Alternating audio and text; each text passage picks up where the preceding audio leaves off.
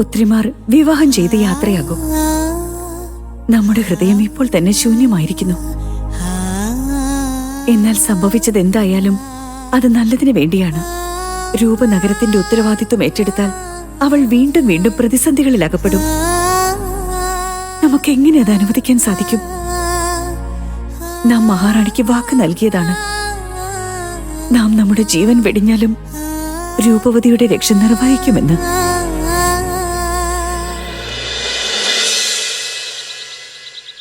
ഇളയമ്മേ, കുമാരൻ എവിടെ? ഇളയമ്മേ,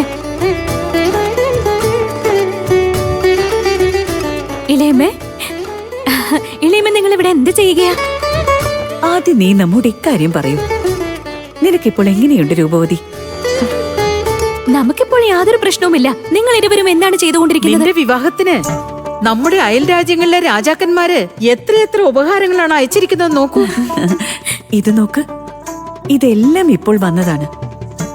ഇത് കുന്ദൻപുരി രാജ്യത്തിൽ നിന്നാണ്. ഇനി ഇതാകട്ടെ കമൽപുരി രാജ്യത്തിൽ നിന്നും.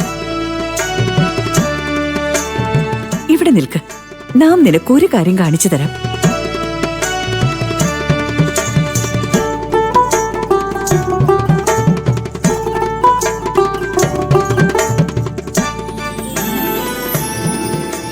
ഇത് നോക്ക്, ഇത് കുന്തള രാജ്യത്തെ രാജകുമാരനാണ്. പറയൂ, നിനക്കിഷ്ടമായോ?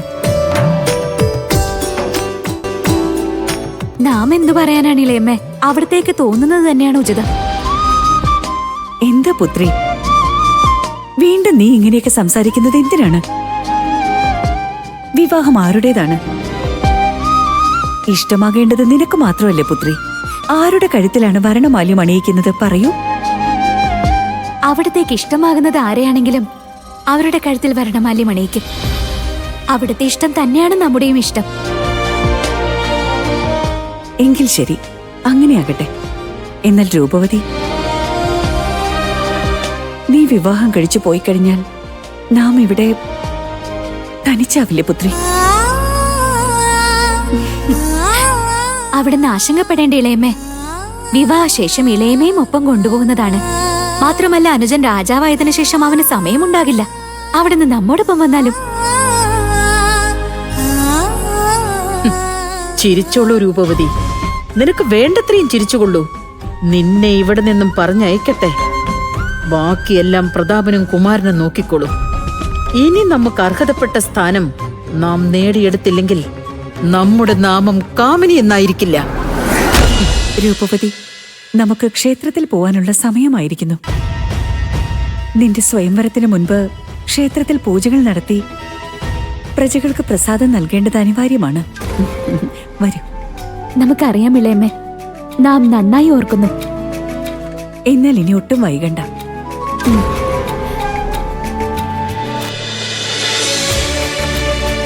രാജ്യത്തിലുള്ള എല്ലാ പ്രജകൾക്കും ഈ ഉപഹാരം നൽകിക്കൊണ്ട് നിന്റെ സ്വയംവരത്തിന്റെ ക്ഷണം അറിയിക്കേണ്ടത് അനിവാര്യമാണ്.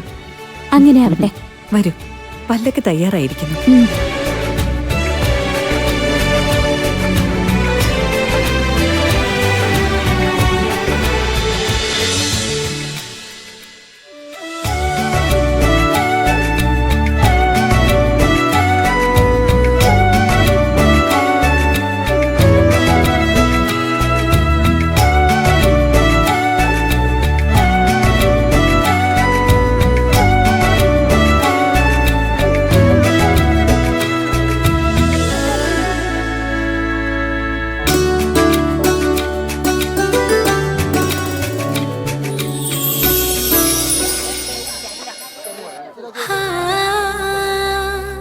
രൂപനഗരത്തിന്റെ രാജകുമാരി രൂപവതി ഇന്ന് പ്രജകൾക്ക് ഭോജനവും ഉപഹാരവും നൽകുന്നതാണ്.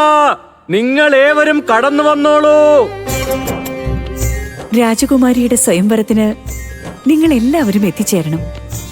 അതുപോലെ നമ്മുടെ രാജകുമാരി രൂപവതിയെ മനസ്സ് നിറഞ്ഞ് ആശീർവദിക്കുകയും വേണം. ആയുധങ്ങളുടെ മൂർച്ച വളരെ കൂടുതലാണ്.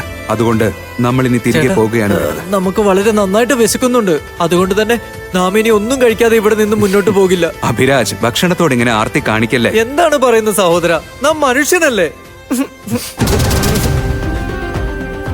ദാ നോക്ക് അഭിരാജ്, അതിമോഹം അതുപോലെ വിശപ്പ്, ഈ രണ്ട് കാര്യങ്ങൾക്കും മേൽ നീ വിജയം നേടിക്കഴിഞ്ഞ പിന്നീട് നിന്റെ ജീവിതത്തിലും നീ വിജയം നേടിയിരിക്കും. എന്താ പറയുന്നത് ചേട്ടാ? ചേട്ടൻ പറയുന്ന ഈ വലിയ കാര്യങ്ങളൊന്നും എനിക്ക് മനസ്സിലാവുന്നേയില്ല.